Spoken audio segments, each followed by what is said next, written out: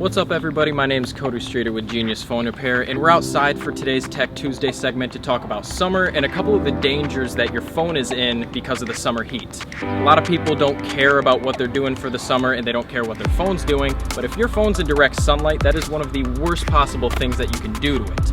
Having your phone in direct sunlight is kind of the same as if you leave your car in a parking lot for a couple hours, come back to it, and it's hot to the touch. Same exact thing is going to happen to your phone, and even if you leave your phone in your car, that's twice as bad.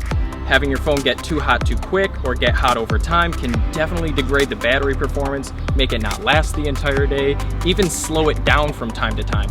We can definitely take care of these issues over at a Genius Phone Repair store that's closest to you, but we'd rather have you not come in and have your phone be safe and sound as it is.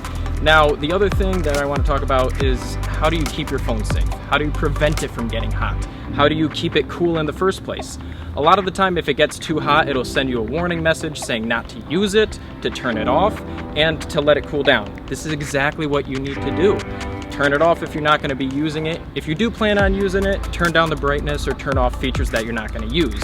The worst case thing that you could do is put it in a fridge or a freezer. Putting it in a fridge or a freezer is going to cause perspiration to come inside of it. Think about a really cold glass of water on a hot summer day and getting all of that water on the outside.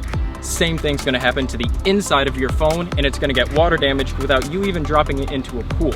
We don't like seeing that at Genius because it's difficult to take care of, and even though we can help you out, we'd rather keep your phone safe.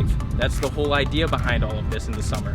Keep your phone out of direct sunlight, and you'll be A-okay this entire summer.